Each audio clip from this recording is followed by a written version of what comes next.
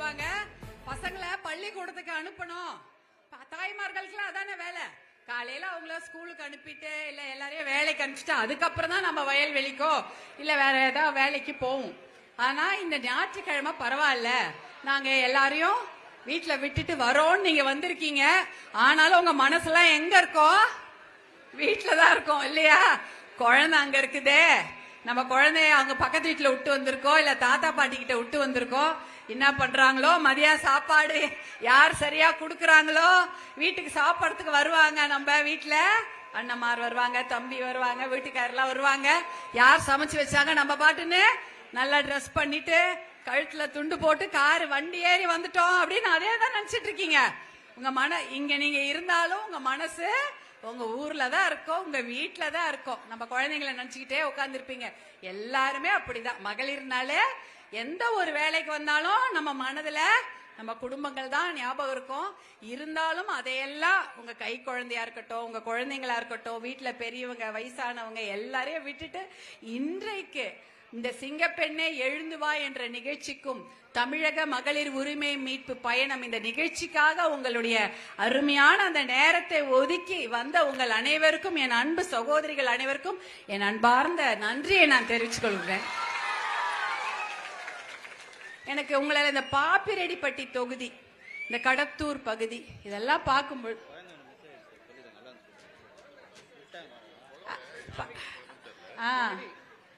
இந்த அம்மா பாப்பா இங்க இருக்கு, ஜனனி பாப்பா பேரு இங்க நிக்குது, தாத்தாவோட வந்ததுன்னாங்க. யார் மாது, யார் குழந்தை? அழக்கூடாது. இதோ இருக்காங்க. இல்ல இல்ல உங்க குழந்தையாது? இல்ல இல்ல கேட்டு கொடுங்க, கேட்டுட்டு கொடுங்க.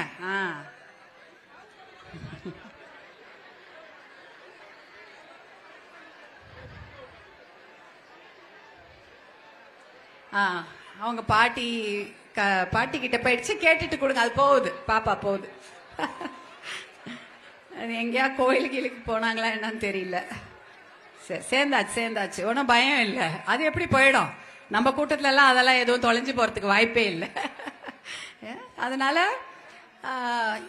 இந்த நிகழ்ச்சிக்கு உங்களெல்லாம் நான் பார்க்கும் பொழுது, பாப்பிரெட்டிப்பட்டி தொகுதி, அந்த கடத்தூர் இந்த பகுதியெல்லாம் நான் பார்க்கும் பொழுது எனக்கு ஒரு பாட்டு தான் ஞாபகம் வருது. நன்றி சொல்ல உனக்கு வார்த்தை இல்லை எனக்கு.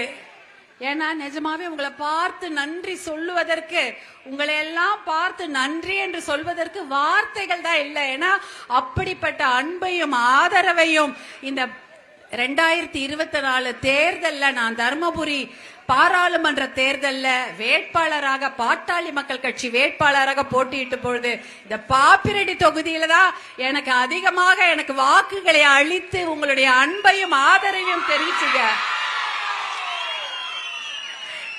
அதனாலதான் சொல்றேன், உங்களை பார்க்கும்போது எனக்கு அந்த பாட்டு தான் ஞாபகம் வருது. நன்றி நன்றி நன்றின்னு எத்தனை நன்றி சொன்னாலும் போதாது. அதுக்கு அந்த வார்த்தைகள் கிடையவே கிடையாது. உங்க அன்புக்கும், உங்க பாசத்துக்கும், உங்க ஆதரவுக்கும் என்றென்றுக்கும் நான் நன்றி கடன் பட்டிருக்கிறேன் என்று சொல்வதை தவிர எனக்கு வேற வார்த்தைகளே இல்லை. மிக்க நன்றி. உங்களை எல்லாம் பார்த்ததுல, இன்னைக்கு பார்க்கறதுல இதோட ரொம்ப சந்தோஷம். இந்த பகுதியில நான் முதல்ல 2014 இந்த இந்த இந்த இந்த கடத்தூர் இந்த பகுதியிலலாம் நடந்தே ஓட்டு கேட்டிருக்கிறேன். ஏன்னா 2014 மருத்துவர் அன்புமணி அவர்கள் இந்த பகுதியில வேட்பாளராக, பாட்டாளி மக்கள் கட்சியின் வேட்பாளராக போட்டியிட்டார். அந்த சமயம் நான் இந்த ஞாபகம் இருக்கா? எல்லாரும் வந்ததெல்லாம் நீங்க எல்லாம் என்னோட வந்தீங்க இல்லையா? நம்ம எல்லாரும் நடந்துதா. அப்ப நமக்கு மைக்கு கிடையாது, ஏன்னா நம்ம ஸ்டார் ஸ்பீக்கர் அப்படின்ற அந்தஸ்து கொடுக்கல. அதனால என்னால மைக்ல பேச முடியாது. ஒரு கடைக்கு போய் நம்ம பேசுவோம். அப்ப கூட சொன்னாங்க, இல்ல இல்ல நீங்க பேசலாம் வேண்டாம், நடுவுல நடந்து வாங்க, கையை அப்படி கும்பிட்டுக்கிட்டே அந்த கடைக்காரங்க எல்லாம் இருப்பாங்க, இந்த பக்கம் வணிக வளாகங்கள் இருக்கும், நிறைய பேர் நிப்பாங்க, நடந்து கொண்டிருப்பார்கள் பாதசாரிகள்லாம், அவங்கள பார்த்து நீங்க வணக்கம் வைங்க போதும்னாங்க. நான் சொன்னேன் அது சரி இருக்காது, நான் போய் ஒரு கடையா போய் பேசுவேன்னு சொல்லிட்டு அந்த துண்டு பிரசுரத்தை எடுத்துட்டு போய் ஒரு கடையிலயும் ஒருத்தர்கிட்டயும் போய் நான் அங்க போய் ஒருத்தர்கிட்டயும் போய் ஒரு கடையாக போய் அவங்க கிட்ட பேசுவேன். போய் ஒரு 2 வார்த்தையாவது மருத்துவர் அன்புமணி அவர்கள் செய்த அந்த சாதனை திட்டங்களை அவங்க கிட்ட கொண்டு போய் சொல்லுவேன். ஏன்னா அந்த சமயம் அவர் வேட்பாளராக அங்க இருக்கும் பொழுது 2004 2009 வரை அவர் தர்மபுரி மாவட்டத்திற்கு செய்த அனைத்து நல்ல திட்டங்களையும் ஒரு கடையிலே போய் நான் சொல்லிட்டு தான் அங்க நான் ஓட்டு கேட்டேன். ஏன்னா தர்மபுரி மாவட்டத்தை பொறுத்த வரைக்கும் இப்ப எப்படி இந்த குழந்தை வந்துச்சு, அது குழந்தை நம்ம திடீர்னு எங்கேயோ தனியா இருந்தது, நம்ம கொண்டு போய் அவங்க கிட்ட சேர்த்துட்டோம். அதே மாதிரிதான் தர்மபுரி மாவட்டத்தை பொறுத்த வரைக்கும் ஆட்சியாளர்கள் மறந்து போன ஒரு மாவட்டம். ஏதோ ஒரு கடைக்கோடியில தமிழ்நாடு மேப்ல எங்கேயோ கடைசியில இருக்கக்கூடிய மாவட்டம் தர்மபுரி மாவட்டம். பொருளாதார வளர்ச்சியிலையும் கடைசியில இருக்குது.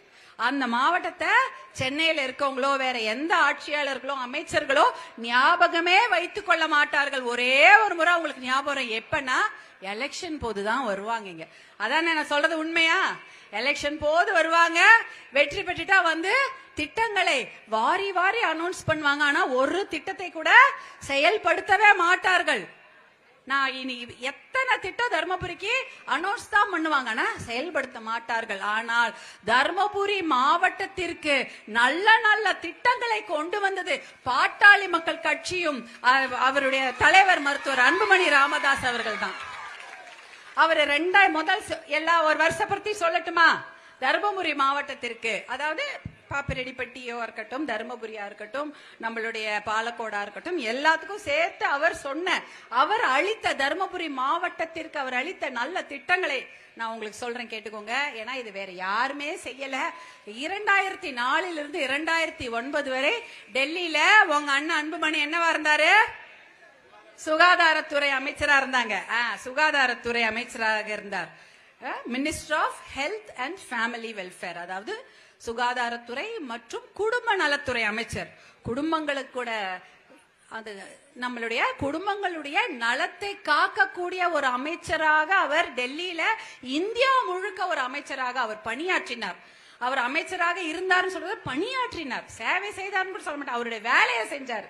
அவர் அமைச்சராக இருக்கும்போது அவருடைய பணியை அங்க டெல்லியில செஞ்சாரு. அது என்ன பணினா எல்லா குடும்பங்களும் நல்லா இருக்கணும் அப்படின்றத அவருடைய வேலை.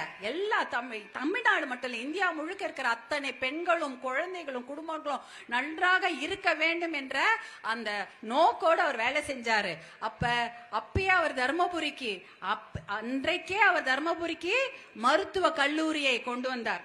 அவர்தான் தர்மபுரி மருத்துவ கல்லூரியை கொண்டு வந்த ஒரே அமைச்சர் நம்ம மாவட்டத்துக்கு. வேற யாருமே கொண்டு வரல. ஏன் தெரியுமா? அவருக்கு நல்லா தெரியும், மருத்துவமனையாக இருந்தால் கண்டிப்பாக நல்ல மருத்துவர்கள் உங்களுக்கு சேவை செய்வாங்க. ஆனா மருத்துவ கல்லூரியாக அதை தரம் உயர்த்தினால் பெரிய பெரிய மிகப்பெரிய உயர்தர, அதாவது நிறைய படிப்பு படித்த மிகப்பெரிய மருத்துவர்கள் எல்லாம் ஏழை மக்களுக்கும் கிராமத்து மக்களுக்கும் விவசாய பெருங்கொடிக்கும் அவர்களுடைய சேவையை அவங்க கொடுப்பாங்கன்னு சொல்லிட்டு தான் தர்மபுரி மருத்துவமனை அரசு மருத்துவமனையா அரசு மருத்துவ கல்லூரியாக தரம் உயர்த்தினார். இப்ப எங்க போற முன்னாடி எல்லாம், அதற்கு முன்னாடி 2004க்கு முன்னாடி ஏதாவது ஒரு பெரிய பிரச்சனைனா எங்க போகணும்? பெங்களூர், சேலம் அப்படித்தானே போயிட்டு இருந்தாங்க. இப்ப எங்க போறீங்க? தர்மபுரி அரசு மருத்துவ கல்லூரிக்கு போகிறீங்க. அங்க எல்லா மருத்துவர்களும் இருக்கிறாங்க, உங்களுக்கு சேவை செய்ய, கிராமப்புற மக்களுக்கு சேவை செய்ய எல்லா மருத்துவர்கள் இருக்கிறாங்க. அதே சமயம் அந்த அரசு மருத்துவமனையில ஊசி போடுறாங்க இல்லையா, ஊசி, அந்த ஊசியை பற்றி எல்லாருக்கும் தெரியுமா? அம்மா பெரியவங்க இருப்பீங்க, சின்ன குழந்தைங்களுக்கு தெரியாது. அந்த 15 வருடங்களுக்கு முன்பு எந்த அரசு மருத்துவமனையிலும் ஒரு ஊசியை தான் ஒரு 50 பேருக்கு போடுவாங்க. அதாவது ஊசிய சுடு தண்ணியில கழுவி அது ஒரு இரும்பு ஊசியில போடுவாங்க. ஆனா முதல்ல ஒரு 4 பேருக்கு அது வலிக்காது. 5வது பேர் 10வது பேருக்கு அந்த ஊசிய போடும்பொழுது முனை மழுங்கி அந்த பெண்களுக்கு அதை குத்தும் போது வலி உயிர் போயிடும், கத்துவாங்க. ஏன்னா ஊசி ரொம்ப வேகமா சர்ன்னு குத்தும், அப்ப ரொம்ப வலிக்கும், கத்துவாங்க, ஐயோ அம்மா வலிக்குதேன். ஆனா இப்ப அப்படியா? உங்களுக்கு ஊசி என்றால் ஒருவருக்கு ஒரே ஒரு ஊசி தான். அந்த ஊசியை இன்னொருத்தருக்கு உங்க பக்கத்துல உங்க பேரனுக்கு போட முடியுமாமா? போட முடியாது. உங்க ஊசி உங்களுக்கு உடம்பு சரியில்லைன்னா அந்த ஊசி உங்களுக்கு மட்டும்தான் போடுவாங்க. அந்த ஊசியை தூக்கி போட்டுட்டு புதுசா அடுத்தவங்களுக்கு புது ஊசி போடுவாங்க. இது இந்தியா முழுக்க மருத்துவர் அன்புமணி அவர்கள் ஏழை மக்களுக்காகவும் இலவசமாக மருத்துவமனையில பெரிய பெரிய மருத்துவமனையில் கிடைக்கக்கூடிய அந்த உயர்தர மருத்துவம் எல்லா கிராம மக்களுக்கும் கிடைக்க வேண்டும் என்று கொண்டு வரப்பட்ட திட்டம் தான் இந்த ஒரு முறை பயன்படுத்தி தூக்கி எறியக்கூடிய ஊசி. இந்த திட்டத்தை இந்தியா முழுக்க கொண்டு வந்தாரு. தமிழ்நாடு முழுக்க அந்த திட்டம் இருக்கிறது. அவர் அமைச்சரா இருக்கும் பொழுது இன்னொரு ஒரு திட்டத்தை கொண்டு வராரு. அந்த திட்டம் எப்படி அவர் கண்டுபிடிக்கிறாருன்னா, அமெரிக்கா எல்லாம் போறாங்க.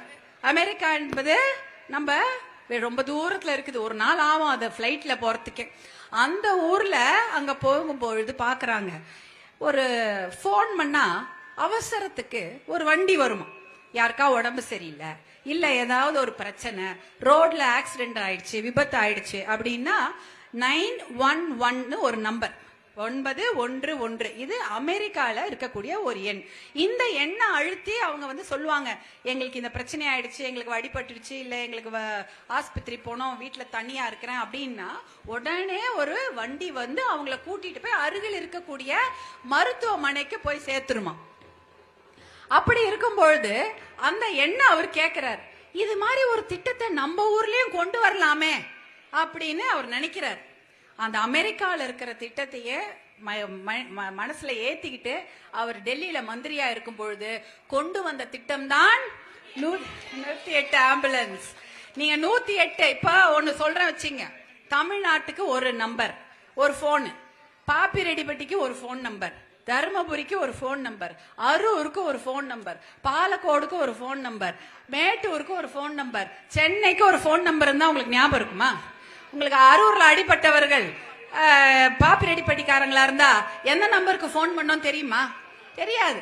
ஒரு ஒரு ஊருக்கும் ஒரு போன் நம்பர் இருந்தா உங்களுக்கு ஞாபகம் வச்சுக்க முடியுமா? இன்னைக்கு உங்க செல்போன் நம்பரு உங்களுக்கு மட்டும்தான் உங்களுக்கு ஞாபகம் இருக்கும், உங்க வீட்டுக்காரது ஞாபகம் இருக்கிறது அது இருந்தா ஓகே. மத்ததெல்லாம் எப்படி போடுறோம், அவங்க பேரை போடுறோம், நம்பர் வருது. யாருக்குமே யாருடைய தொலைபேசி எண்ணோ அவங்க கைபேசி எண் ஞாபகம் இருக்கிறது இல்ல. அதே மாதிரி ஒரு ஒரு ஊருக்கு ஒரு போன் நம்பர் தான் ஞாபகம் வச்சிருக்கீங்களா? சென்னையில வசிக்கிறவங்க தர்மபுரியில அடிபட்டுட்டா சென்னை நம்பர் தான் உங்களுக்கு ஞாபகம் இருக்கும், தர்மபுரி நம்பர் தெரியாது இல்லையா? அதனாலதான் இந்தியா முழுக்க ஒரே நம்பர். நீங்க இங்க சென்னைக்காரா இருந்து டெல்லியில அடிபட்டாலும் 108க்கு போன் பண்ணலாம், மத்திய பிரதேஷ்ல இருக்கிறவங்க சென்னையில அடிபட்டாலும் 108க்கு போன் பண்ணலாம். அந்த ஒரு நம்பர், அந்த ஒரு நம்பரை பொதுவான ஒரு நம்பரை கொண்டு வரணும்னு முடிவு பண்ணார். அந்த என்ன நம்பர்னு யோசிச்சார். யோசிப்போ 108 ஒரு நம்பர் இருக்கு, ஆனா அது சுகாதாரத்துறை அமைச்சர், இவர் அமைச்சரா இருக்கக்கூடிய ஹெல்த் மினிஸ்ட்ரியில இல்ல. இந்த நம்பர் எங்க வச்சிருக்காங்க? டிஃபென்ஸ் மினிஸ்ட்ரி, பாதுகாப்புத்துறை அமைச்சர் இருக்காங்க இல்லையா, அவங்க கிட்ட இருக்குது. அந்த நம்பர் அங்க கொடுக்கணும்னா அவங்க எப்படி கொடுப்பாங்கன்னு சொல்லிட்டு இன்ஃபர்மேஷன் பிராட்காஸ்டிங் மினிஸ்ட்ரி, தொலை தொடர்பு துறை அமைச்சகத்தை தொடர்பு கொண்டு எனக்கு அந்த எண்ணை, அதாவது 108 என்ற எண் எங்களுக்கு சுகாதாரத்துறை அமைச்சகத்துக்கு வேண்டும் என்று கேட்டு அதை பெரிய மனசு பண்ணி 2 அமைச்சர்களும் கொடுக்கறாங்க. கொடுத்ததுனாலதான் அந்த 108 என்ற நம்பர் டிஃபென்ஸ் மினிஸ்ட்ரியில இருந்து இன்ஃபர்மேஷன் பிராட்காஸ்டிங் மினிஸ்ட்ரி போய் அப்புறம் ஹெல்த் மினிஸ்ட்ரிக்கு வருது. இந்த வந்தப்புறம் தான் 108 என்ற நம்பர் ஆம்புலன்ஸ் எல்லாவற்றுக்கும் வழங்கப்படுகிறது. இந்த நம்பர் வந்ததுனால இப்ப உங்களுக்கு ஞாபகம் இருக்குதா? தூக்கத்துல எழுந்து கேட்டாலும் என்ன சொல்வீங்க? 108 அப்படின்வீங்க. எந்த ஊருக்கு போனாலும் உடனே வருதா? 108 போட்டா என்ன எது நிக்கும் உங்க வீட்டு வாசலுக்கு? ஆம்புலன்ஸ். தமிழ்நாட்டுக்கு மட்டும் 1350க்கு மேற்பட்ட ஆம்புலன்ஸ் தமிழ்நாட்டில் மட்டும் 108 ஆம்புலன்ஸ் ஓடுது. டெல்லியிலிருந்து அதற்காக அந்த நேஷனல் ரூரல் ஹெல்த் மிஷன், தேசிய கிராமப்புற சுகாதார திட்டம்ன்ற திட்டத்து மூலமா அந்த ஆம்புலன்ஸ் கொண்டு வந்து விடுறாங்க. அமெரிக்கால ஓடக்கூடிய அதே ஆம்புலன்ஸ் பாப்பிரெட்டிப்பட்டியில இருக்கக்கூடிய ஒரு கிராமத்துக்கும் வந்திருக்குதுன்னா அதற்கு காரணம் மருத்துவர் அன்புமணி அவர்கள் தான். இது மாதிரி ஒரு திட்டத்தை தான் கொண்டு வர வேண்டும். எதுக்கு? கிராமப்புற மகளிருக்கு தேவையான திட்டம். ஒரு அவசரம் பிரசவம்னா அதுக்கு தானே போன் பண்றோம். அந்த 108 ஆம்புலன்ஸ்ல தமிழ்நாட்டுல இது வரைக்கும் 65,000 குழந்தைங்க பிறந்திருக்காங்க. 65,000 குழந்தைகள். அப்ப அந்த குழந்தைங்களை ஆம்புலன்ஸ்ல தான் பிறந்திருக்காங்க. அதை குழந்தைங்களை பிரசவித்த தாய்மார்கள் பாருங்க, அவங்களுக்கு என்ன ஆயிருக்கும்? இப்ப ஆம்புலன்ஸ் இல்லைன்னா என்ன வேணா ஆயிருக்கலாம்ல. குழந்தை உயிருக்கும் நம்ம பதில் சொல்ல முடியாது, தாய்மார்கள் உயிருக்கும் பதில் சொல்ல முடியாது. அந்த குடும்பங்கள் என்ன ஆயிருக்கும்னு யோசிச்சு பாருங்க. அதனால இந்த ஆம்புலன்ஸ் என்ன மாதிரி திட்டம் என்றால் கிராமப்புற மகளிருக்கு தேவையான திட்டம். இந்த ஊசி என்ன மாதிரி திட்டம் என்றால் ஏழை எளிய மக்கள் கூட அரசு மருத்துவமனையில அப்போலோ ஹாஸ்பிட்டல் ட்ரீட்மெண்ட் அவங்களுக்கு கிடைக்கக்கூடிய திட்டம். தர்மபுரி மருத்துவ கல்லூரி, அந்த கல்லூரியில நீங்க அங்க போறதுனாலதான் எல்லா விதமான சிகிச்சைகளும் இலவசமாக தரமான சிகிச்சை கிடைக்கிறது. இத்தனையும் தர்மபுரி மாவட்டத்திற்காகவே அவர் கொண்டு வந்திருக்கிறாரு. இது மட்டும் இல்ல 2014 2019 அவர் பாராளுமன்ற உறுப்பினராக வரலாறு காணாத வெற்றியை இந்த தர்மபுரி மாவட்ட மக்கள் அவருக்கு பரிசாக வழங்கினார். அதனால் நீங்க வழங்கினீங்க, அதற்கு நன்றியாக தான் இன்னும் பல திட்டங்களை அவர் கொண்டு வராரு. அதை இப்ப சொல்றேன் கேளுங்க. அது அமைச்சராக இருக்கும்போது இந்தியா முழுக்க கொண்டு வந்தது தர்மபுரிக்கு மருத்துவ கல்லூரி. இப்ப உங்களுடைய பாராளுமன்ற உறுப்பினராக அவர் தேர்ந்தெடுக்கப்பட்ட பொழுது அவர் தர்மபுரிக்காக செய்த அந்த திட்டங்களை இப்ப நான் சொல்றேன், கேட்டுக்கோங்க. முதல் திட்டம் மொரப்பூர் ரயில்வே திட்டம். மொரப்பூர் ரயில்வே தெரியும் உங்க எல்லாருக்கும்.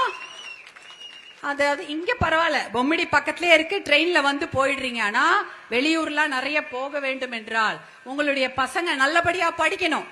பசங்க இங்கே படிக்கிறத விட நீங்க என்ன பண்ணுவீங்க, பெரிய படிப்பு படிக்கணும், வெளியூர் அனுப்புறீங்க. அப்ப மொரப்பூர் ரயில் கண்டிப்பாக அந்த திட்டம் தேவை. 12 ரூபாய் இருந்தா கூட போதும். எத்தனையோ பேரு தொலைதூரம் படிச்சுட்டு வராங்க. பாதுகாப்பான ரயில் பயணம், விலை குறைவான ஒரு ரயில் பயணம். அதாவது பேருந்து பயணத்தை விட ரயில் பயணத்துல டிக்கெட் கம்மி இல்லையா? அது டிக்கெட் கம்மி. இத பூ வியாபாரம், பால் வியாபாரம் செய்யறவங்க கூட தினம் ரயிலை பயன்படுத்தலாம். அப்படிப்பட்ட ஒரு கனவு திட்டத்தை போராடி பெற்று கொண்டு வந்தவர் மருத்துவர் அன்புமணி தான் அவங்களுடைய பாராளுமன்ற உறுப்பினராக இருந்த போது. அப்ப 3 ரயில்வே துறை அமைச்சர்கள் அந்த சமயம் அந்த 5 வருடங்கள்ல மாறுறாங்க. அந்த 3 அமைச்சர்களையும் தொடர்ந்து 19 முறை சந்தித்தார். 19 முறை டெல்லிக்கு போய் அவங்கள சந்தித்து அந்த திட்டத்துக்கு அனுமதி வாங்கி, அதற்கு ஃபண்ட், காசு இல்லாம ஒரு திட்டம் செய்ய முடியுமா? ஒரு சின்ன வீட்டுல ஒரு பூஜை பண்ணா கூட ஒரு 50 ரூபாய் இல்லாம நம்மளால பூஜை பண்ண முடியாது. அப்ப ரயில்வே திட்டம்ன்றது எவ்வளவு பெரிய திட்டம். அந்த திட்டத்துக்கு எத்தனை கோடி செலவாகும். அந்த காசு, அந்த திட்டத்திற்கான அந்த ஃபண்ட் அனுமதியும் அந்த ரயில்வே மினிஸ்ட்ரியில அவர் வாங்கி கொண்டு வராரு. கொண்டு வந்து 2019 அந்த அடிக்கல் நாட்டு விழாவை ஹெலிகாப்டர்ல ரயில்வே துறை அமைச்சர் நடத்தி வச்சார். அந்த திட்டம் அப்படியேதான் இருக்கு. ஏனென்றால் அதற்கப்புறம் அதே கொண்டு செல்ல ஆள் சரியா அமையல. அந்த திட்டம் அப்படியே இருக்கு. ஆனா 100 கோடி ரூபாய் அதற்கு முதல் கட்டமாக ஒதுக்கி இருக்கிறாங்க. அந்த இடத்தை தேர்வு பண்றது, அந்த இடத்த ட்ரெயினோட பாதையை கூட மாற்றுவதற்கான ஏற்பாடுகளை இன்னும் தொடர்ந்து செய்து கொண்டிருக்கார் மருத்துவர் அன்புமணி. ஏன்னா நம்ம பசங்க நல்லா படிக்கணும், பெரிய பெரிய இடத்துல வேலை செய்யணும், அவர்கள் பாதுகாப்பாக பெண்கள் பயணிக்க வேண்டும். ரயில்ல பெண்கள் பாதுகாப்பாக பயணித்து பெரிய படிப்பு படிக்கணும். அவங்க பாதுகாப்பான இடத்துல போய் வேலை செய்யணும்னா அதற்கு பாதுகாப்பான ரயில் பயணத்தை உறுதி செய்ய வேண்டும் என்பதற்காக இந்த திட்டத்தை கொண்டு வந்திருக்கிறார் மருத்துவர் அன்புமணி. இது மொரப்பூர் ரயில்வே திட்டம் தர்மபுரிக்காக சிறப்பாக அவர் கொண்டு வந்தது. அடுத்தது தொப்பூர் கணவாய் வழி எத்தனை பேர் போயிருக்கீங்க? எல்லாருமே என்ன கை தூக்க மாட்டீங்க?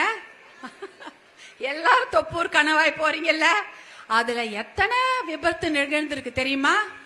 அந்த கணவாய் பகுதியில அத்தனை விபத்துகள். ஏன்னா அந்த ரோடே ஒரு அபாயகரமான வளைவுகளும் அந்த பகுதியே அப்படி இருக்கும். இந்த பக்கம் காடு, அந்த பக்கம் காடு, நடுவுல சாலை. அந்த கணவாயில மாசத்துக்கு ஆக்சிடென்ட். திடீர்னு 2 வண்டி மோதிக்கும். அந்த வண்டியில இருக்கவங்களுடைய உயிருக்கு உத்தரவாதம் கொடுக்க முடியாது. சில வருடங்களுக்கு முன்னால், ஒரு 2 வருஷம் முன்னாடி இருக்கும்னு நினைக்கிறேன், அப்படியே ஒரு வண்டியே திகுதிகுன்னு பத்தி அதுக்குள்ள இருந்த மொத்த குடும்பமே அவங்க அந்த கணவாய் ரோட்ல இறந்து போயிட்டாங்க. இந்த மாதிரி ஒரு டேஞ்சர், ஆபத்தான பகுதி தான் தொப்பூர் கணவாய் பகுதி. அந்த பகுதியில நீங்க என்னைக்கோ ஒரு நாள் போவீங்க. கண்டிப்பா எல்லாரும் போவோம், வேலை செய்யறதுக்கு படிக்கிறதுக்கு எல்லாரும் போவாங்க. அந்த சாலைய சரி பண்ண வேண்டும் என்பதற்காக மருத்துவர் அன்புமணி எல்லா அமைச்சர்களையும் பார்த்தாங்க. அந்த சமயம் அவரு பாராளுமன்ற உறுப்பினராக இல்லை என்றாலும் இங்க இருக்கக்கூடிய சட்டமன்ற உறுப்பினர்களை எல்லாம் கூட்டி கொண்டு போய் டெல்லியில அமைச்சரை பார்த்து அதற்கும் ஃபண்ட் அலாட் பண்ணி இன்றைக்கு வேலை நடந்து கொண்டிருக்கிறது. தொப்பூர் கணவாய் பகுதியில இன்னைக்கு இனிமேல் போனா ஆக்சிடென்ட் நடக்கவே நடக்காது. ஏன்னா அந்த பகுதி சாலை சரி பண்ணி இருக்கிறாங்க. அதற்கு காரணம் மருத்துவர் அன்புமணி அவர்கள் தான். இந்த தொப்பூர் கணவாய் திட்டத்தையும் அவர் தான் கொண்டு வர்றார். அதே போல எண்ணெய்கோல் தும்பலஅள்ளி திட்டம், அதாவது எண்ணெய்கோல் புதூர் அந்த திட்டம்னு ஒரு திட்டம் இருக்குன்னே இந்த ஆட்சியாளர்களுக்கு தெரியாது. அது தண்ணீர் வேண்டும் என்பதற்காக கொண்டு வரப்பட்ட திட்டம். அதற்கும் அனுமதி வாங்கி அந்த திட்டத்திற்கும் நிதியை ஒதுக்கீடு செய்ய வைத்தவரும் மருத்துவர் அன்புமணி அவர்கள் தான். அதாவது தர்மபுரி மாவட்டத்துக்கு எந்த நல்ல திட்டம் வந்திருந்தாலும் அது மருத்துவர் அன்புமணியும் பாட்டாளி மக்கள் கட்சியும் கொண்டு வந்த திட்டங்கள் தான். அதே போல உங்களுக்கு எல்லாருக்கும் தெரியும் ஒகேனக்கல் கூட்டு குடிநீர் திட்டம். ஏன்னா தர்மபுரி மாவட்டத்தில் நிலத்தடி நீர் இந்த பகுதியில 1200 அடி கீழே போயிடுச்சுன்றாங்க. 1200 அடி கீழே போயிடுச்சு. கிணறு போட்டா உடனே வருதா? வராது. தண்ணி எங்க இருக்குது? ரொம்ப பள்ளத்துல இருக்குது. அதனால நல்ல குடிநீர் வேண்டும் என்பதற்காக ஒகேனக்கல் கூட்டு குடிநீர் திட்டத்திற்காக மிகப்பெரிய போராட்டங்கள், மனித சங்கிலி போராட்டம், அப்புறம் கையெழுத்து இயக்கம், அப்புறம் கதவடைப்பு இயக்கம்னு எத்தனையோ போராட்டங்களை செய்து அந்த கூட்டு குடிநீர் திட்டத்தை கொண்டு வந்திருக்காங்க. அதுவும் இப்ப செயல்பாட்டுக்கு வந்திருக்கு, இன்னும் முழுமையாக செயல்பாட்டுக்கு வரவில்லை. அந்த விஷயத்தையும் கொண்டு வந்தது பாட்டாளி மக்கள் கட்சியும் மருத்துவர் அன்புமணி அவர்களும் தான். இதுக்கு காரணம் இங்க இருக்கிற அத்தனை எல்லா சகோதரர்களா இருக்கிறாங்க. எங்களுடைய முன்னோடியெல்லாம் இருக்கிறாங்க. எங்களுடைய அரசாங்க அண்ணன் இருக்கிறாரு, எங்களுடைய முன்னாள் சட்டமன்ற உறுப்பினர் வேலுச்சாமி அண்ணன் இருக்கிறாரு, பிஎன்ஜி அண்ணன் இருக்காங்க. இவங்கெல்லாம் தான் இதற்காக எத்தனையோ முயற்சி எடுத்து இந்த போராட்டங்களை எல்லாம் நடத்தி உங்களுக்காக கொண்டு வரப்பட்ட திட்டங்கள் தான் இவை. அதே போல இந்த கடத்தூர், இது நம்ம பகுதி மீட்டிங் நடக்குதுல்ல, இது எதற்கே ஒரு ஏரி இருக்கா? 10 வருஷத்துக்கு முன்னாடி ஏரி இருந்ததா? ஏரி காணவில்லை என்று கம்ப்ளைண்ட் கொடுக்கிற அளவுக்கு இருந்தது இல்லையா? ஏரி என்ற ஒன்றே இல்லை. இருந்ததா? ஏரியே இல்ல. ஏரி எங்கன்னு கேக்குற மாதிரி இருந்துச்சு. அதுக்கப்புறம் இங்க இருக்கக்கூடிய வணிகர்கள் எல்லாம், லயன்ஸ் கிளப்லாம் மருத்துவர் அன்புமணி அவர்களிடம் இந்த ஒரு குற்றச்சாட்டை சொன்னாங்க. ஏரியே தெரியல, அந்த ஏரியை மீட்டு எடுக்க வேண்டும் என்று அவங்க சொன்னாங்க. உடனே இங்க பாட்டாளி மக்கள் கட்சியில் இருக்கிற அத்தனை அண்ணன்களும் சேர்ந்து மருத்துவர் அன்புமணி ராமதாஸ் தலைமையில அந்த ஏரியை தூர்வாரி, இன்னைக்கு ஏரியை பாக்குறீங்களா இல்லையா? ஏரி இருக்குதா? கண்டுபிடிச்சிட்டீங்களா? உங்க ஏரியை கண்டுபிடிச்சிட்டீங்களா? இப்ப எப்படி அந்த குழந்தைய கண்டுபிடிச்சோம், அதே மாதிரி ஏரியை கண்டுபிடிச்சாச்சு. அதுதான் நடந்தது. அதால இந்த மாதிரி எந்த திட்டமாக இருந்தாலும், நல்ல திட்டமாக இருந்தாலும், அது நம்ம உங்களுடைய அண்ணன் அன்புமணி கொண்டு வந்த அந்த அத்தனை திட்டங்கள் தான். அதனாலதான் இன்னைக்கு அதை பத்தி கொஞ்ச நேரம் பேசலான்னு வந்தேன். நம்ம எல்லாரும் விவசாய குடும்பமாமா? விவசாயம் தானா? நானும் விவசாய குடும்பம் தான். செய்யார் ஆனா திருவண்ணாமலை. ஆனா இந்த ஊர் பகுதி பெண்ணாவே நான் மாறிட்டேன். தெரியும்ல, எலெக்ஷன் 2014 இருந்து ஒரு எலெக்ஷனுக்கோ, ஒரு கல்யாணத்துக்கோ, ஒரு கும்பாபிஷேகத்துக்கோ, வீட்டு நிகழ்வுகள், திருமண நிகழ்வுகள் எல்லாத்துக்கும் தொடர்ந்து தர்மபுரி வருவதால் நானும் இந்த வீட்டு மாவட்ட பெண்ணாகவே மாறிவிட்டேன். அதற்கு மேல என்னுடைய பொண்ணுங்க அவங்க எல்லா ஊருக்கு வந்தாங்களா, ஓட்டு கேட்டாங்களா, அவர்களும் இந்த மாவட்டத்து பெண்ணாகவே மாறிட்டாங்க. ஏன்னா அவங்கள நீங்க அவ்வளோ அன்பு பாசம் காண்பித்து அவங்கள அரவணைச்சிட்டீங்க. அதனால நாங்க எல்லாமே தருமபுரி மாவட்ட பெண்களாகவே நாங்களும் ஆகிவிட்டோம். ஆமா, இந்த விவசாயத்தை பத்தி நம்ம சொல்லணும். என்னடா வந்தாங்க ஏதோ பேசுவாங்க போலான்னு பார்த்தா விவசாயத்தை பத்தி சொல்லிட்டு இருக்கிறாங்க. நமக்கு தான் விவசாயம் தெரியுமே அப்படின்னு நீங்க நினைக்கிறீங்க. ஆனாலும் இந்த விஷயத்தை தெரிஞ்சுக்கோங்கம்மா. ஏன்னா விஷயம் தெரியாம இருந்தா நம்மள மட்டமா நினைப்பாங்க. என்ன நினைப்பாங்க ஆம்பளைங்க, அவங்களுக்கு என்ன தெரியும், அது ஒண்ணுமே தெரியாது அப்படித்தானே சொல்லுவாங்க. அப்படியே கையெல்லாம் பிறந்தள்ளிட்டு போயினே இருப்பாங்க. இதுக்கு ஒரு பேச வந்துடுச்சு, இதுக்கு என்ன தெரியும் அப்படின்னு நம்ம ஏதாவது வாயை திறந்து ஏதாவது சொன்னா கூட கேட்க மாட்டாங்க. ஏன்னா நமக்கு பெண்களுக்கு விஷயம் தெரியாது அப்படின்னு அவங்க ஒரு நினைச்சிட்டு இருக்கிறதுனால ரொம்ப மட்டமாக ஒரு மரியாதை இல்லாம நம்ம ஏதாவது பேசினா கூட நம்ம பேச்ச எடுப்படாது. அதானே உண்மை. அதனாலதான் இன்னைக்கு கொஞ்சம் 2-3 விஷயம் சொல்றேன், தெரிஞ்சுக்கிட்டு போய் பேசுங்க. சரியா? விஷயம் தெரிஞ்சுங்க. அப்ப நம்ம ஊர்ல தர்மபுரி மாவட்டத்துல விவசாய நிலம்னு பார்த்தா 4.50 4.5 லட்சம் ஹெக்டேர் நிலம் இருக்கு. 4.5 லட்சம் ஹெக்டேர் நிலத்துல பாதிக்கும் கம்மியா தான் தண்ணி வசதி, பாசன வசதி. மிச்ச பாதிக்கு மேல ஒரு 2.5 ஹெக்டேர் நிலத்துக்கு தண்ணி கிடையாது. கிணறோ ஏரியோ எந்த தண்ணியும் கிடையாது. தண்ணி மழை பெய்தால்தான் விவசாயம். அதனால பாதிக்கு மேல தண்ணி கிடையாது. அப்ப மழை பெய்யணும். அந்த மழை பெய்யலைன்னா என்ன பண்ணணும்? நம்ம வீட்டுல ஒரு நாள் தண்ணி வந்தா என்ன பண்ணுவீங்க? இந்த பத்திரமா அண்டா குண்டாம் பாத்திரம் பக்கெட்டு எல்லாத்துலயும் பத்திரமா வச்சுப்பீங்களா? எதுக்கு? நாளைக்கு வேணும், சமைக்கிறதுக்கு வேணும், குளிக்கிறதுக்கு வேணும், குடிக்கிறதுக்கு நம்ம நல்லபடியா தண்ணி, நல்ல தண்ணி வேணும்னு எடுத்து ஸ்டோர் பண்ணி சேமிச்சு வச்சுக்குவோம். இன்னைக்கு வர தண்ணியை 2 நாளுக்கு வச்சுக்குவோம் அப்படின்னு. அதே மாதிரிதான் நாட்டிலையும் செய்யணும். மழை பெய்தால் அந்த தண்ணியை நாம் சேமிக்க வேண்டும். அதற்கு எத்தனையோ வழிகள் இருக்கு. தர்மபுரியில 10 அணைகள், 83 ஏரியாம், 83 ஏரி, அப்புறம் 769 சிறிய ஏரிகள். இவ்வளோ தண்ணீர் பிடிப்பு பகுதி இருக்குது. அதுல நம்ம தண்ணீரை சேமிச்சு வச்சுக்கலாமா இல்லையா? மழை எப்ப பெய்யுதோ அந்த தண்ணியை சேமிச்சு வச்சுக்கலாம். அதற்காக தான் காவிரி தர்மபுரி காவிரி உபரி நீர் திட்டம். உபரி நீர் தான் என்ன? அதிகப்படியான தண்ணி. மழை பெய்யும் போது நிறைய தண்ணி அங்க வேஸ்ட் ஆகும். அந்த தண்ணியெல்லாம் இந்த ஏரியிலையும், இந்த சிறிய ஏரியிலையும், இந்த அணையிலையும் தேக்கி வச்சுட்டா நமக்கு வருஷம் முழுக்க பயன்படும். ஆனா இந்த திட்டத்துக்கு யாருமே முக்கியத்துவம் கொடுக்கலாமா? அதான் உண்மையான விஷயம். இவ்வளோ ஏரி, இவ்வளோ அணைகள் இருந்தோம் அந்த தண்ணியை சேமிச்சுக்க முடியல. தண்ணிக்கு ஒரு அளவு இருக்கு. ஒரு 3 TMC இருந்தா தர்மபுரி மாவட்டம் முழுக்க வருஷம் முழுக்க விவசாயம் செய்யலாம். 3 TMC. ஆனா கடல்ல எத்தனை TMC தண்ணி கலக்கு தெரியுமா? 100 கணக்கான பல 100 TMC தண்ணி.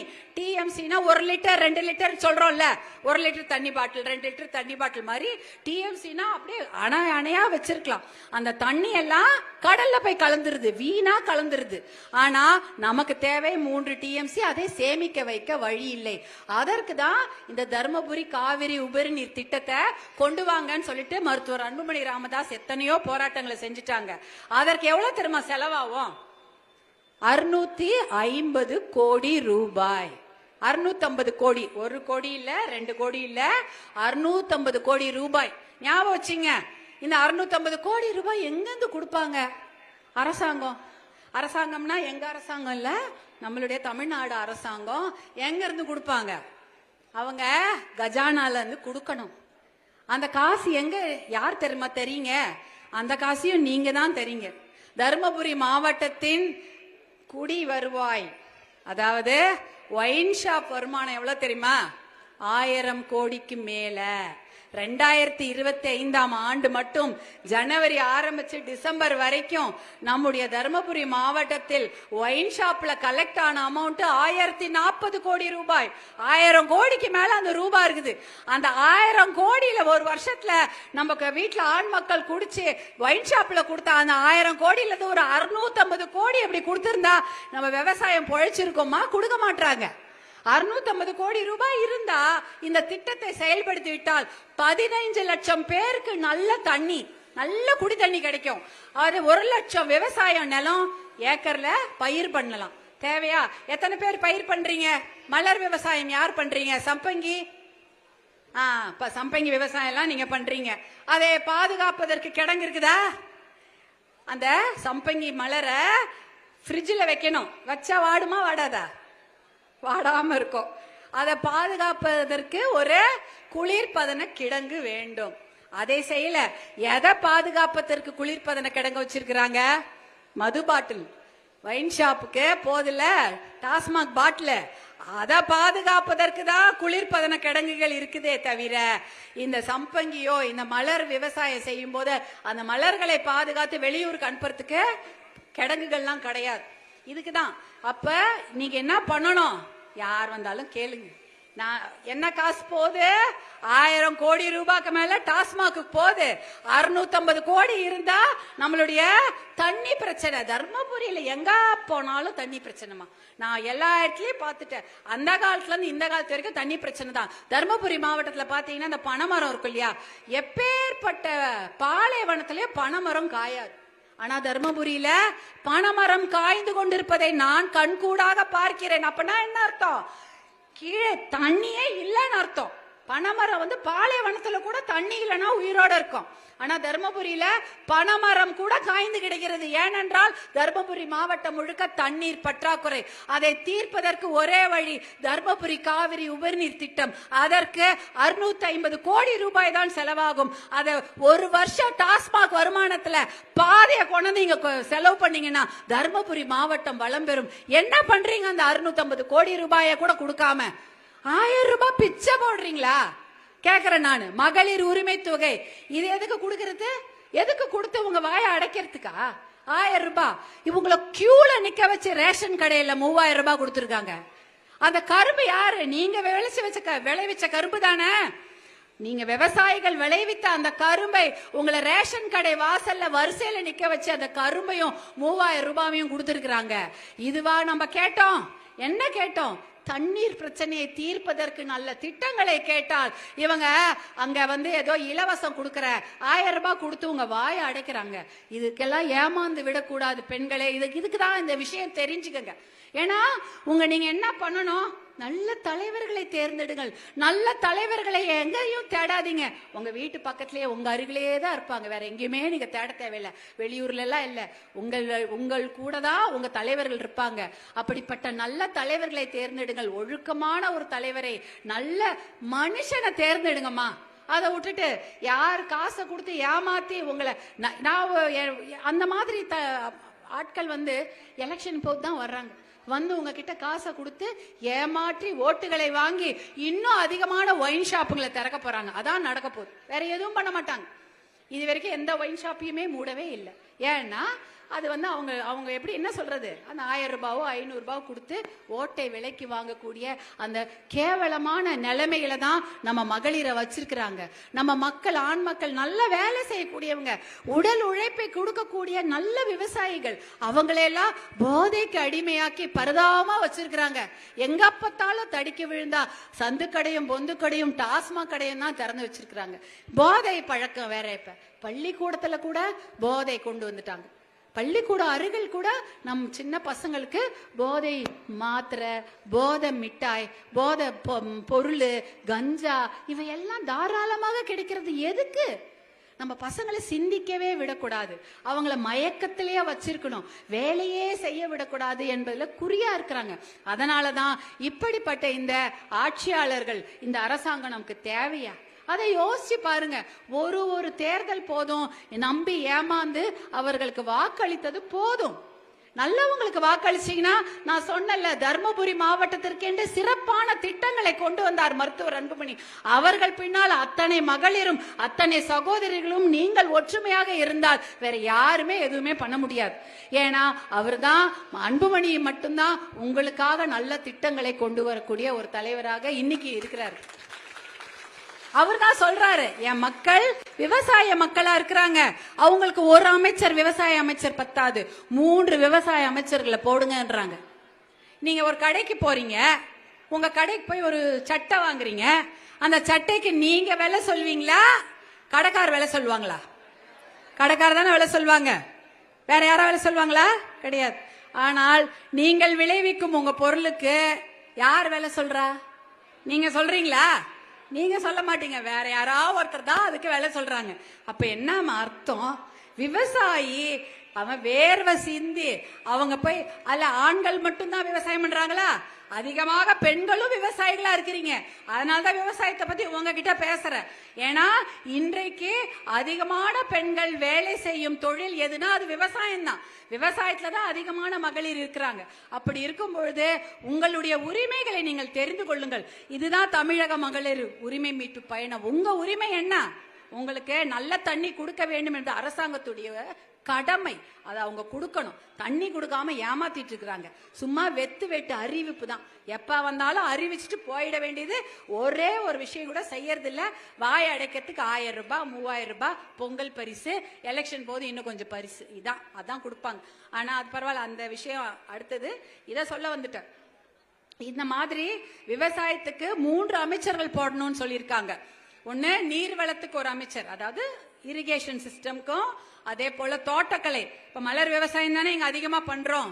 கிழங்கு, மரவள்ளி கிழங்கு, பூக்கள் விவசாயம், இது பருத்தி, நெல்லெல்லாம் ரொம்ப கிடையாதுன்னு நினைக்கிறேன். இது மட்டும்தான் இங்க பண்றோம். இதையெல்லாம் எப்படி மதிப்பு கூட்டி விற்பது? இதுக்கெல்லாம் தொழிற்சாலை வேணும்ல, ஒரு தொழிற்பேட்டை அமையணும். இந்த சிப்காட் தொழிற்பேட்டை தர்மபுரியில கொண்டு வந்ததற்கும் காரணம் பாட்டாளி மக்கள் கட்சி கொடுத்த அழுத்தம் தான், வேற யாருமே கிடையாது. அதுவும் விளைநிலங்களை எடுக்கக்கூடாது, தரிசு நிலங்களை தான் எடுக்க வேண்டும் என்று உறுதியாக நின்று அப்படிப்பட்ட தரிசு நிலங்களை மட்டுமே வைத்து 1700 ஏக்கர் அங்க சிப்காட்டுக்கு ஒதுக்கி வச்சிருக்காங்க. ஆனா இன்னும் அங்க தொழிற்சாலைகள் வரவில்லை. கண்டிப்பாக வரும், ஒரு நாள் வந்தா வேலை கிடைக்கும். அதே போல இந்த பகுதியிலேயும் நிறைய தொழிற்சாலைகளை உருவாக்கலாம். குளிர்பதன கிடங்குகளா இருக்கட்டும், இல்ல தக்காளி நிறைய, எனக்கு தெரிஞ்சு ₹1 1 கிலோ தக்காளி. ஒரு சில சமயத்துல சென்னையில தக்காளி சட்னியே பண்ண மாட்டோம் நாங்கெல்லாம். ஏன்னா விலை அவ்வளோ விற்கும். ஐயோ 1 கிலோ வாங்கி எப்படி பண்றது, அவ்வளோ விலை விற்கும். ஒரு சமயம் பார்த்தா இங்க 1 கிலோ தக்காளி ₹1 வித்து இருக்குது. அதை பறிக்கிற கூலி கூட வராது இல்லையா? அதனால அப்படியே மரத்துல இருந்து கொட்டி, செடியில இருந்து கொட்டி அழுவி போன படக்காட்சியெல்லாம் நானே பார்த்தேன். அப்படி இருக்குது. இந்த தக்காளி எல்லாம் சாசா விற்கக்கூடிய அதை மதிப்பு கூட்டி அதை வேல்யூ ஆடடா பண்ணா அதற்காகவே ஒரு அமைச்சர்கள் போடலாம். அதாவது விவசாயத்துறைக்கு வேளாண் துறை அமைச்சர், வேளாண் பொருட்களை சந்தைப்படுத்துவதற்கென்றே இன்னொரு அமைச்சரை போடணும் அப்படின்ற நல்ல நல்ல திட்டங்களை மருத்துவர் அன்புமணி வச்சிருக்கிறார். இந்த மாதிரி திட்டங்களை எல்லாம் நம்ம விவசாயத்துக்கு கொண்டு வரணும். அதற்காக தான் உங்க அன்புமணி உங்களோட என்னைக்குமே இருக்கிறார். அதே சமயம் இன்னைக்கு நான் பார்த்த ட்ரெயின் இப்ப மொரப்பூர் ரயில்வே ஸ்டேஷன் பத்தி சொல்லிட்டு இருந்தோம். அதே போல இன்னொரு பேருந்து இங்க இருந்து இப்ப போற பேருந்து தர்மபுரியில மாத்தி விட்டாங்களே, தெரியுமா அந்த கதை? தெரியுமா? தர்மபுரி மருத்துவமனைக்கு போனோம்னா இப்ப எங்க எதுல போய் இறங்கணும்? நீங்க வெளில போய் இறங்கணும். வெளியில ஒரு பஸ் ஸ்டாண்ட் போட்டாங்க. அந்த பஸ் ஸ்டாண்ட்ல இருந்து நடந்தே மருத்துவமனைக்கு போவீங்களா? ஷேர் ஆட்டோ இல்லைன்னா மினி பஸ் இல்லைன்னா யாரோடையாவது தொத்தின் போனோம். அதானமா? அப்படிதான் போனோம். ஒரு பேருந்து நிலையம் என்றால் என்ன? மக்களுக்கு பயன்பாடு இருக்க வேண்டியதுதான் பேருந்து நிலையம். அந்த பேருந்து நிலையம் எங்க இருக்கணும்? நகரத்து மையத்தில் இருக்கணும். அதை சுற்றி கல்லூரிகள். இப்ப எப்படி இருக்குது? தர்மபுரி டவுன் பேருந்து நிலையத்துல கல்லூரி இருக்கிறது, கலெக்டர் ஆபீஸ் இருக்கிறது, அப்புறம் மகளிர் கல்லூரிகள் இருக்குது, கலெக்டர் ஆபீஸ் இருக்குது, அதுக்கப்புறம் போலீஸ் காவல்துறை கண்காணிப்பாளர் அலுவலகம் இருக்கிறது, மருத்துவமனை இருக்கிறது. அந்த இடத்துல தான் பேருந்து நிலையம் இருக்கணும். அந்த பேருந்து நிலையத்துல இரவோடு இரவாக மாற்றி விட்டார்கள். அப்ப திடீர்னு மக்களை மாற்றினா எப்படி இறங்குவாங்க? ஒரு வயசான பாட்டி ஆஸ்பத்திரிக்கு 70 வயசு, அது எப்படி வருவாங்க? வெளியில இருக்கிற பேருந்து நிலையத்துல இறங்கி நடந்தே வருவாங்களா? இல்ல பள்ளிக்கூடத்துக்கோ ஸ்கூலுக்கு போற பசங்க வெளியில எங்கேயோ இறங்கி தனியா நடந்து காலேஜுக்கு வருவாங்களா? இது ஒரே நாள்ல செய்யக்கூடிய ஒரு விஷயமா? இல்ல வெளியில பேருந்து நிலையம் அமைச்சிங்க, அதற்கு வெளியூர் போகக்கூடிய வெளி மாவட்டத்திற்கு போகக்கூடிய பேருந்துகள் போனா பரவாயில்ல. பாப்பிரெடிப்பட்டி, அரூர், பொம்மிடி இவங்கெல்லாம் எங்க போய் இறங்கணும்? அவங்க ஏன் அந்த வெளியூருக்கு அந்த பக்கம் போனோம்? அவங்க தருமபுரிக்கு தானே போனோம், அங்கதானே போய் அவங்க இறங்குவாங்க. அவங்களுக்கான அந்த நிலையத்தை அப்படியே இருந்தா தானே அது நல்லா இருக்கும். 2 பேருந்து நிலையத்தையும் வச்சுக்கிட்டு அதை எப்படி நீங்க மேனேஜ் பண்ணணுமோ அதற்கு தானே இவ்வளவு பெரிய பெரிய அதிகாரிகள்லாம் இருக்கிறீங்க. உங்களுடைய மூளையை கொஞ்சம் உபயோகிச்சு 2 பேருந்து நிலையத்தையும் ஒழுங்காக வழி நடத்தி கொண்டு போகாமல் ஒரே இரவில் அந்த பேருந்து நிலையத்தை மூட வேண்டிய அவசியம் என்ன? மக்களை என்ன ஒரு மனசாட்சியே கிடையாதா? அவங்க திடீர்னு காலையில எடுத்து வேற இடத்துல போய் இறங்குவாங்க. இப்படிப்பட்ட ஒரு பிளானிங்கே இல்லாம, ஒரு திட்டமிடுதலே இல்லாம ஒரே இரவில் பேருந்து நிலையத்தை மாற்றுவது நிஜமாகவே நியாயமில்லை. 2 பேருந்து நிலையங்களையும் எப்படி நல்ல விதமாக உபயோகப்படுத்துவது என்பதுதான் ஒரு அதிகாரி அவர்கள் அதை யோசிச்சு செய்யணும். அதை விட்டு மக்களை கஷ்டப்படுத்துறது அவங்க வேலை கிடையாது. மக்களுக்கு சேவை செய்யதான் இத்தனை கவர்மெண்ட் சர்வெண்ட்டும் இருக்கிறாங்களே தவிர அவங்களை ஒரே நாள்ல கஷ்டப்படுத்துறதுக்கு அவங்களுக்கு சம்பளம் வாங்கல. அதனால இந்த பேருந்து நிலைய பிரச்சனைய விரைவில் நல்ல தீர்வு அவங்க கொண்டு வர வேண்டும் என்பதுதான் எல்லாருடைய கோரிக்கையாகவும் நம்ம இன்னைக்கு நம்ம பாக்குறோம். அடுத்தது நம்ம அன்புமணி பத்தி உங்க எல்லாருக்கும் சொல்லிட்டு அவங்க அண்ணன் கொண்டு வந்த அத்தனை திட்டங்கள், வேளாண் துறை பத்தி பேசிட்ட விஷயம் தெரிஞ்சுக்கிட்டீங்களா? ஊர்ல போய் பேசுவீங்களா? பேசுவீங்க. அப்போ அடுத்தது உள்ளாட்சியில யாரெல்லாம் நிக்கலாம் பிளான்? கை தூக்குங்க பாப்போம். Very good. எல்லாரும் கை தூக்கு. அதோ அங்க வெரி சூப்பர் சூப்பர். எல்லாரும் நிக்கலாம். உள்ளாட்சி தேர்தல் என்பது ரொம்ப முக்கியமான தேர்தல். சட்டமன்ற தேர்தல் எவ்வளவு முக்கியமோ அதே போல உள்ளாட்சி தேர்தல். சட்டமன்ற தேர்தல்ல நான் உங்களுக்கு சொல்லி இருக்கிறேன், உங்க அண்ணன் அன்புமணி உங்களோட இருக்கிறாரு, நீங்களும் உங்க அண்ணன் அன்புமணியோட இருப்பீங்க அப்படின்றத உங்ககிட்ட நான் வேண்டுகோளா வைக்கிறேன். எனக்கு தெரியும், ஏன்னா ஏற்கனவே நீங்க அதை பல முறை நிரூபித்து இருக்கிறீர்கள். 2014 இருக்கட்டும், 2024 இருக்கட்டும், அதிகமான வாக்குகளை மருத்துவர் அன்புமணி அவர்களுக்காக நீங்கள் வழங்கி உங்களுடைய ஆதரவையும் உங்களுடைய அன்பையும் பாசத்தையும் நிரூபிச்சிட்டீங்க. அதே போல இந்த சட்டமன்ற தேர்தலையும் அதே பாசம் அன்போடு இருங்க.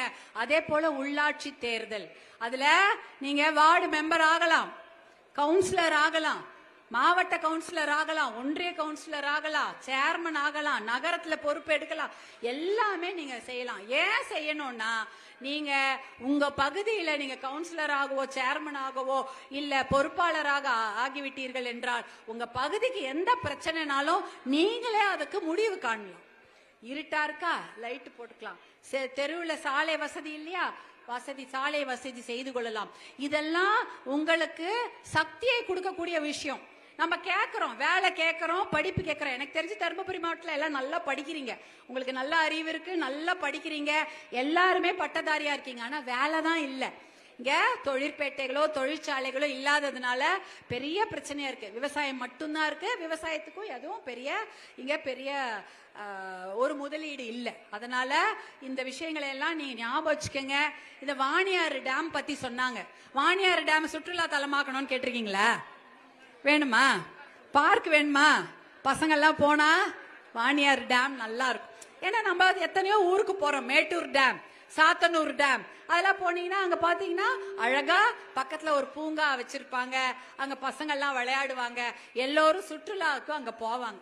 நம்ம என்ன கேக்குறோம், நம்ம பகுதியில் இருக்கக்கூடிய வாணியார் அணைக்கு ஒரு சுற்றுலா தலமாக அதை கொண்டு வர வேண்டும். இது ஒரு கோரிக்கை, சாதாரண கோரிக்கை, சாதாரண விஷயம், பெரிய விஷயமே இல்லை. அதை கூட இவங்க செய்ய மறுக்கிறாங்க. அடுத்தது இங்க இருக்கக்கூடிய பிஹெச்சி, இந்த பகுதியில ஒரு பிஹெச்சி ஆரம்ப சுகாதார நிலையம் இருக்கிறது. ஆனா அதை தாலுக் சுகாதார நிலையமாக அதை தரம் உயர்த்த வேண்டும். அப்பதான் டெலிவரி எல்லாம் ஆகும், டெலிவரி பிரசவங்கள் நடக்கணும். அந்த மாதிரி விஷயங்களை எல்லாம் நீங்க கேக்குறீங்க. அந்த பிரசவம் ஆகும் பெண்ணுக்கு சாப்பாடு, பால், முட்டை எல்லாம் கொடுக்கறாங்க, அது தெரியும் இல்லையா? அரசு மருத்துவமனையில் அந்த திட்டத்தை கொண்டு வந்தவர் மருத்துவர் அன்புமணி அவர்கள் தான். அதே போல பிரசவித்த தாய்மார்கள் தனியாவா போவாங்கம்மா? டெலிவரிக்கு நீங்க எல்லாம் தனியா போயிடுவீங்களா நடந்து பைய தூக்கின்னு? கூட யாராவது வருவாங்கல்ல, அம்மா வருவாங்க, மாமியார் வருவாங்க, யாரோ அக்கா தங்கச்சி யாராவது வருவாங்கல்ல, அவங்களுக்கு சாப்பாடு யார் வாங்கி தருது? அந்த விஷயத்தையும் அதையும் அந்த மருத்துவமனையில் கொடுக்க வேண்டும். பிரசவித்த தாய்மார்களுக்கு பால், முட்டை போன்ற சத்தான ஆகாரங்களும், கூட வரவங்களுக்கு அந்த தாய்மார்களை பாதுகாப்பதற்காக வராங்கல்ல, உதவி புரியவதற்கு வரக்கூடிய பெண் உறவினர்களுக்கு சாப்பாடு கொடுக்கணும்ன்ற திட்டத்தையும் மருத்துவர் அன்புமணி தான் கொண்டு வராரு.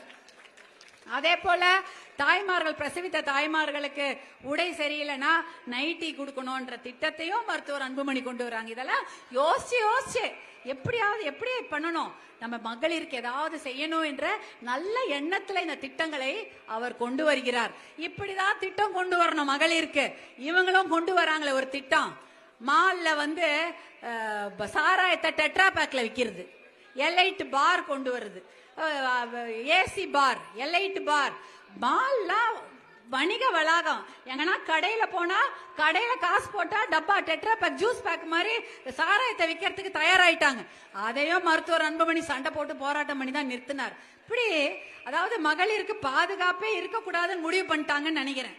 எங்க போனாலும் யாராவது ஒருத்த சீண்டி கொண்டே இருப்பாங்கல்ல, குடிச்சிட்டா சும்மா இருப்பாங்களா? தேட்டர் பாத்தீங்கன்னா ஏதோ ஒரு 75 ஒரு அம்மா, ஒரு மூதாட்டி கோயிலுக்கு போயிட்டு வந்திருக்காங்க. அவங்களுக்கு பாலியல் தொல்லை கொடுத்து அவங்கள மருத்துவமனையிலே ட்ரீட்மெண்ட் எடுத்திருக்கிறாங்களாம். இது என்ன ஒரு கொடுமை பாருங்க. எனக்கு ஒரு என்னோட பேப்பர் அதாவது பெண்களுக்கு பாதுகாப்பே தமிழ்நாட்டில் இல்லை என்ற நிலைமை தான் எனக்கு உருவாயிடுச்சு. ஏன்னா எங்க பட்டாலும் போதையும் போதை பழக்கம் மது பழக்கத்தினால பெண்களுக்கு பாதுகாப்பு இல்லை. பாப்பிரெட்டிப்பட்டியில இது நேத்து நடந்திருக்கு. 75 வயது ஒரு மூதாட்டிக்கு பாலியல் தொல்லை ஏற்பட்டு அவங்க உடம்பு சரியில்லாம மருத்துவமனையில சிகிச்சை எடுத்துக்கிறாங்க. பாலியல் தொல்லைன்னா என்ன? குடிச்சிட்டு போதையில யார என்ன பண்றோம்னு தெரியாம 75 வயசு பாட்டியை கொண்டு போய் பாலியல் தொல்லை பண்ணிருக்காங்கன்னா இவங்களெல்லாம் எந்த வக்கரமான மன நிலைமை பிடித்த ஒரு நிலைமையில வச்சிருக்காங்க பாருங்க. அதனால பெண்கள் பாதுகாப்பு என்பது மிகப்பெரிய கேள்விக்குறியா இருக்கு. அதுக்கு நம்ம ஜாகிரதையா இருக்கணும். இதுக்கு ஆண்களும் பெண்களும் ரொம்ப முக்கியத்துவம் கொடுக்கணும். தாய்மார்களா இருக்கட்டும், தந்தையா இருக்கட்டும், ரொம்ப கவனமாக உங்கள் பிள்ளைகளை பார்த்து கொள்ளுங்கள். பெண் குழந்தைகளுக்கும் ஆபத்து இருக்கு, ஆண் குழந்தைகளுக்கும் ஆபத்து இருக்குது. அதனால எல்லாரையும் நம்ம கவனமாக பார்த்து கொள்ளுங்கள். குடிப்பழக்கமோ போதை பழக்கமோ குழந்தைங்களுக்கு வராம நம்ம தான் பார்த்துக்கணும். வேற வழியே கிடையாது. ஏன்னா இவங்க கடையை மூடுற மாதிரி தெரியல. ஆனால் நாம் ஆட்சிக்கு வந்தவுடன் முதல்ல ஒரே நாளில் இந்த மது பழக்கத்தையும் போதை பழக்கத்தையும் தமிழ்நாட்டை விட்டு ஒழிச்சிடறோம். அது திட்டவட்டம். அதே போல ஒரு 12 திட்டங்கள் இருக்குது. அந்த திட்டங்களை மட்டும் படிச்சிடுறேன். உங்க அண்ணனா தான் படிக்காமையே சொல்லுவாரு. நான் கொஞ்சம் பார்த்து சொல்றேன். உங்க அண்ணன் ஞாபக சக்தியில பேப்பரே எல்லாம் சொல்லிடுவாரு. காவிரி தர்மபுரி உபரி நீர் திட்டம், எண்ணெய்கோல் புதூர் தும்பல அள்ளி திட்டம், ஆனை மடுவு திட்டம், சேனைகோல் நீரேற்று திட்டம், பொதியன் பள்ளம் நீரேற்று திட்டம், தொப்பையார் உபரி நீர் திட்டம், வாணியாறு உபரி நீர் திட்டம், மத்தாள பள்ளம் உபரி நீர் திட்டம், தொல்லைக்காது உபரி நீர் திட்டம், பஞ்சப்பள்ளி உபரி நீர் திட்டம், ஜெகநாதன் கோம்பை நீர் திட்டம், வெள்ளி மதுரை அணை உபரி நீர் திட்டம், சிட்லிங் நீர் திட்டம். இது ஒரு 10-12 பேரு. இத மாதிரி இன்னும் 10 திட்டங்கள் இருக்கு. இந்த திட்டங்களுக்கெல்லாம் ஒரு 6 மாசம் டாஸ்மாக் வருமானத்தை கொடுத்தாலே போதும். இந்த திட்டங்களை செய்துட்டா தர்மபுரி மாவட்டமே செழிப்பாகிவிடும். அதனால டாஸ்மாக் வருமானத்தை கொடுங்க அப்படின்னு நம்ம அவங்கள கேட்கலாம், தைரியமாக கேட்கலாம். ஏன்னா அது நம்முடைய உரிமை. அதை கூட அவங்க செலவு பண்ண மனசு வரல. அதனால இதையெல்லாம் நீங்க மனசுல வச்சுக்கோங்க. ஊர்ல போய் சொல்லுங்க, நான் சொன்னதெல்லாம் உங்க விவசாயத்துக்கு ஏற்ற திட்டம், மகளிருக்கு ஏற்ற திட்டம், உங்க அண்ணா அன்புமணி உங்களுக்காக கொண்டு வரப்பட்ட திட்டம்லாம் ஞாபகம் வச்சுக்கிட்டு கிராமத்துல போய் சொல்லுங்க. கண்டிப்பாக இந்த தேர்தலில எல்லா மகளிரும் மருத்துவர் அன்புமணி பின்னால் நீ ஒற்றுமையாக நின்றால் அன்புமணி அண்ணன் உங்களோட தான் இருக்கிறாரு. நானும் உங்களோட தான் இருப்பேன், என்னைக்கும் உங்களோட தான் இருப்பேன். உங்களுடைய கஷ்டங்களா இருக்கட்டும், நம்ம பிள்ளைகளுடைய எதிர்காலத்திற்காக நல்ல படிப்பு, நல்ல வேலை வாய்ப்பு, நல்ல தன்மானமான வாழ்க்கை, ஒழுக்கமான வாழ்க்கைய உறுதி செய்ய வேண்டியது எங்களுடைய கடமை. அந்த கடமையை நாங்க நன்றி கடனாக மட்டுமில்ல, எங்க கடமையாக அதை நான் உங்களுக்கு செய்வோம் என்று இன்று உங்களிடம் உறுதியோடு நான் கூறுகின்றேன். இவ்வளவு நேரம் இந்த பேச்சை நீங்க பொறுமையா கேட்டீங்க.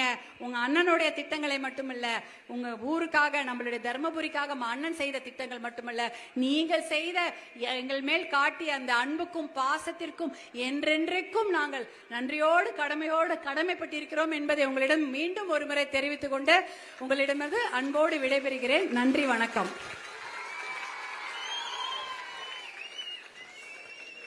வேற ஏதாவது மறந்துட்டேனா இல்லையா நீங்க ஞாபகப்படுத்துங்க. ஏதாவது மறந்துட்டேன்னா நீங்க சொல்லுங்க, அக்கா நீங்க இதை சொல்ல மறந்துட்டீங்க அப்படின்னு. எல்லாமே சொல்லிட்டேன்னு நினைக்கிறேன். இவ்வளவு நேரம் பொறுமையா ஒருத்தர் கூட எழுந்து போகவே இல்லை, கதவடைக்கல. பொறுமையாக கேட்ட என்னுடைய அன்பு சகோதரிகளுக்கு என்னுடைய பாசத்தையும் அன்பையும் என்னுடைய நன்றியும் என்றென்றைக்கும் நான் தெரிவித்துக் கொள்கின்றேன். நன்றிமா, ரொம்ப ரொம்ப நன்றிமா. நீங்க எல்லாம் பத்திரமா வீட்டுக்கு போங்க. பத்திரமா நீங்க வீட்டுக்கு போனோம். நான் இங்கதான் இருப்பேன். முடிஞ்சா நம்ம புகைப்படம் எடுத்துக்கலாம். உங்களை பார்க்க தான் நான் வந்தேன். நீங்களே என்ன பார்க்க வந்தீங்க, நானும் உங்களை பார்க்க தான் 2 நாளா இந்த ஊர்லயே இருக்கிறேன். நான் இங்கதான் இருப்பேன். நம்ம பார்க்கலாம். சரியாம்மா? வாங்கம்மா, பத்திரமா, பத்திரம்.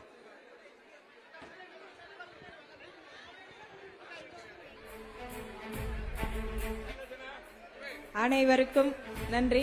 நீங்க புகைப்படம் எடுக்கிறக்கும் இந்த பக்கம் வரணும், அந்த பக்கம் நீங்க கீழே இறங்கி போனோம். ஒருத்தர் தான் வரணும், முட்டி மோதி வராதீங்க.